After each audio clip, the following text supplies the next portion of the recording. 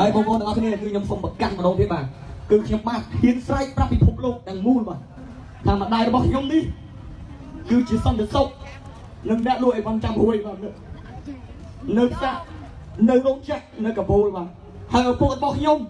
គឺជាអ្នកដឹកសិស្សនៅសាលាឯកជនមួយកន្លែងនៅក្នុងទីរួមខេត្តកំពង់ចាមបាទនៅស្គុតអូននៅក្រៅបាទគឺជាសាលាដែលខ្ញុំធ្លាប់រៀនទៀតហើយគឺខ្ញុំមិនដែលមានអារម្មណ៍ថាខ្មាស់គេឬក៏តូចចិត្តជាមួយនឹងព្រំវិខិតដែលកើតមកក្នុងគ្រួសារក្រីក្រទេគឺខ្ញុំគ្រាន់តែតូចចិត្តនៅពេលដែលខ្ញុំជោគជ័យគឺពួកគាត់ទាំងពីរបាន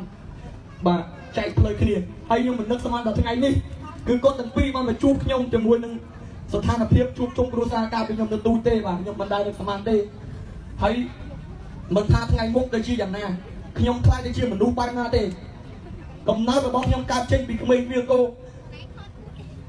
នឹងជាអ្នកចម្រៀងដែលគ្មានសូម្បីតែប្រាក់ឈ្នួលច្រៀងបដូរជាមួយនឹងអាហារ3ពេលជាមួយនឹងថ្លៃធីបដើម្បីយកមកបងផ្ទះជួលនៅភ្នំពេញនេះគឺខ្ញុំគ្មានថ្ងៃភ្លេចទេហើយគុណបងប្អូនទាំងអស់គ្នាដែលផ្ដល់ឲ្យខ្ញុំបាទខ្លាចទៅជាម្ចាស់ពៀនខ្លាចទៅជាមនុស្សដែលល្បីសម្រាប់បងប្អូនទាំងអស់គ្នាស្គាល់នៅរាល់ថ្ងៃនេះគឺមួយជីវិតរបស់ខ្ញុំ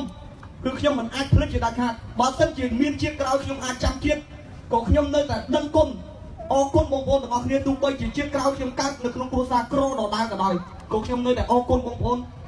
រាប់រយរាប់ពាន់ម៉ឺនឆ្នាំសម្រាប់លទ្ធផលមួយនេះបាទអរគុណច្រើនទីបំផុតពេញមេស៊ីអាយវិញយ៉ាងឆ្ងាញ់តែម្ដងពេញមេចាក់ចំកណ្ដាលបេះដូងចំហើយអរគុណសម្រាប់ទីវីនេះក្តីស្រឡាញ់នេះក៏អរគុណបាទហើយបងប្អូនទាំងអស់គ្នាគឺខ្ញុំសូមប្រកាសម្ដងទៀតបាទគឺខ្ញុំបាទហ៊ានស្រែកប្រាប់ពិភពលោកទាំងមូលបាទថាម្ដាយរបស់ខ្ញុំនេះគឺជាសន្តិសុខ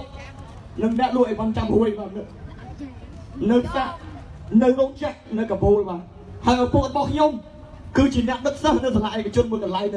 នៅក្នុងទីរួមខេត្តកំពង់ចាមបាទនៅស្គុតអូននៅក្រៅបាទគឺជាសាលាដែលខ្ញុំធ្លាប់រៀនទៀតហើយគឺខ្ញុំមិនដែលមានអារម្មណ៍ថាខ្មាស់គេឬក៏តូចចិត្តជាមួយនឹងព្រំវិខិតដែលកើតមកក្នុងគ្រួសារក្រីក្រទេគឺខ្ញុំគ្រាន់តែតូចចិត្តនៅពេលដែលខ្ញុំជោគជ័យគឺពួកគាត់ទាំងពីរបាន